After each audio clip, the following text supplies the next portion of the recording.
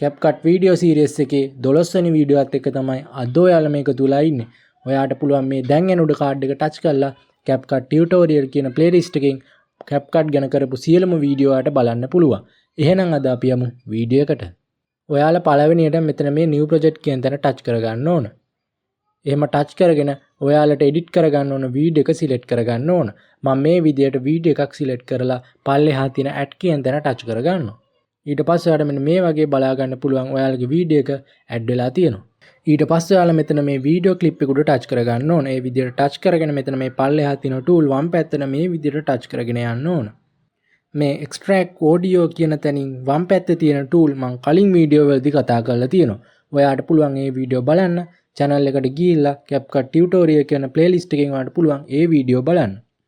දැන් අපි බලමු මේ extract audio කියන එක යොදාගෙන අපි කොහොමද අපේ වීඩියෝ එකක් එඩිට් කරගන්න එක යොදාගන්නේ කියලා. ඒකට ඔයාලා මෙතන මේ extract audio කියන තැන ටච් කරගන්න ඕන. මම මේ විදිහට extract audio කියන තැන ටච් කරගන්නවා. ඔයාට මේ වීඩියෝ එකේ කලින් බලා ගන්න පුළුවන් උනේ වීඩියෝ එකයි audio එකයි දෙකම එකට එකතු වෙලා තමයි ඔයාලගේ වීඩියෝ එක play වුනේ. දැන් ඔයාලට බලා ගන්න පුළුවන් වීඩියෝ එක වෙනමත් audio එක වෙනමත් මේ විදිහට ඇඩ් වෙලා තියෙනවා. ඒ විදිහට ඔයාලට පුළුවන් ඔයාලගේ වීඩියෝ එකේ තියෙන audio එක මේ විදිහට extract කරගෙන ඔයාලගේ වීඩියෝ එක edit කරගන්න. දැන් අපි බලමු මෙතන මේ motion blur කියන තැන touch කරලා අපි කොහොමද මේ වීඩියෝ එක edit කරගන්න යොදාගන්නේ කියලා. ඒකට ඔයාලා මෙතන මේ motion blur කියන තැන touch කරගන්න ඕන. ඊට පස්සේ ඔයාලට මෙන්න මේ වගේ බලා ගන්න පුළුවන්. ඔයාලට පුළුවන් මෙතන මේ පළවෙනියට තියෙන තැන මේ වගේ adjust කරලා ඔයාලට මේක හදා ගන්න පුළුවන්. මේ විදිහට ඔයාලට පුළුවන් මෙතන මේ තියෙන tool ඔයාලට ගැලපෙන විදිහට හදාගෙන ඔයාලට පුළුවන් මෙතන මේ උඩ තියෙන හරි ලකුණු වලට ටච් කරගන්න. ඊට පස්සේ ඔයාලා මෙන්න මේ වගේ process එනවා බලා ගන්න පුළුවන්.